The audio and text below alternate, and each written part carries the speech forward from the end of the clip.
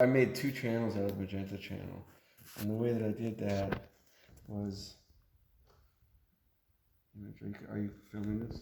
Yeah, yeah. This is the part where I missed. This is like, you're going to have my entire... This is my practice. You're going to be able to duplicate me now. Duplicate layer. So I took a channel, and if you look at... And I made sure the channel has, good... Strong information in the strong middle. information, or just strong information across everything, right? And what I did for one channel was I called one channel warm red. And I know from experience that warm reds,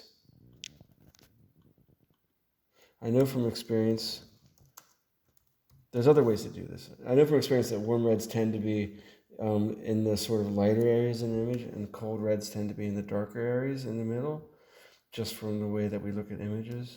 Cold red. So what I did is all of my red information theoretically is in this, right?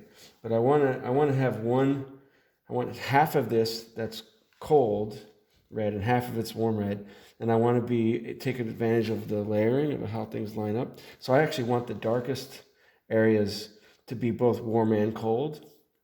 I want the midtones to be cold and the darks cold. I want the highlights to be warm and the darks warm. So I want to split this channel up.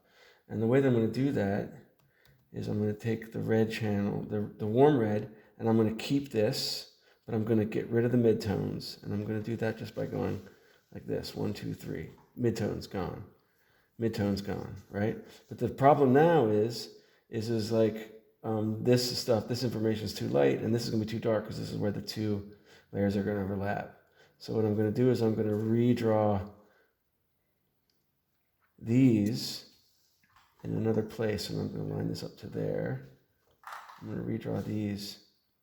So this now is my warm red channel, and it's got even information all the way across. I'm going to do the opposite to my cold red. This might be too complicated. The cold red, I want to get rid of the highlights. I'm going to keep the midtones. And I'm going to take the darks and I'm going to lighten them up a little bit, like so.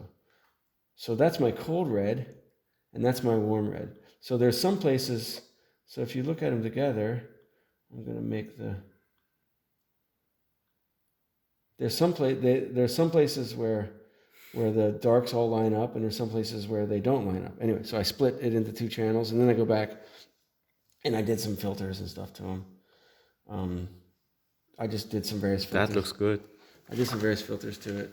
So, and then I made warm red, cold red, warm blue, cold blue, a yellow that's light, and an orange that's the dark. And then I made one that's a black that's just like kind of a purple. So I made 7 different layers for this image, so I can use 7 colors. And because of our transparencies are not the right size, I got to put the transparencies together. So now I need this, we're putting them together. But I varied where the seams are going to be. You see how they're all printed differently? Yeah. I kind of made sure that no two places that the seams line up. So the seam is going to be there, but it's going to be buried. If I would let the seam, like if look at that one right there, that's the double size, the cold blue, right? If I made them all like that, there would be a line right down the middle. That's the easiest one. So these are the flipped and inverted and all the other shit that we're supposed to do. So I'm going to put these together. I wish I had the light table, but it's in the silkscreen room and I think it's locked. I'm going to put these together today, and we have some bigger plates that I'm going to use to shoot these, and then I'm going to offset them onto those big ones. I don't know if I'll get done with it today, but I'm going to start it. And while I'm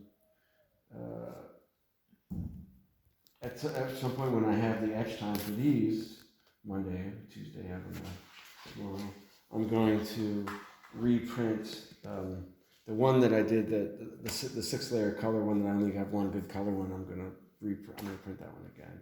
But my goal is to have this one done for printing by the Wednesday or Thursday, because I want to get one good print done here. One good print. So I'm gonna try to print something Thursday. If you guys want to help me print it, You have any interest in helping me print? Sure. Do you want to print? Okay, I'll make a deal with you if you help me print. But the problem with this print is it's a 7-layer print. You got to help print at least 10 of them in order to get a print, because like, you know what I mean? Like, so the way that we do editioning is like everyone has their own plate. Like I'm the like Shula, you're the expert in cold red. You just keep wiping the cold red. You just keep wiping, and I keep wiping this one and maybe 2, and then we give Pedro one, and maybe we get someone else to do one. And we're all wiping, so we can all just run through the press at the same time. If we all do that for a day or 2 days, everyone will get a print. But let me see if it's possible. Look at that smile. I want to print. You want to print? Yeah, you want to see that? Okay. Because there's an edition, radio edition, that would be. Because I want to try to make like a edition of 10. If I can make an edition of 10, everyone will get one. And I'll get like 3. That's enough for me, you know? Okay. What I'm doing today, I'm going to put these together and I'm going to try to shoot them. I got to put some more developer in that thing, and I got to degrease these plates and get them on the press. And then, yeah. So I'm going to work in here for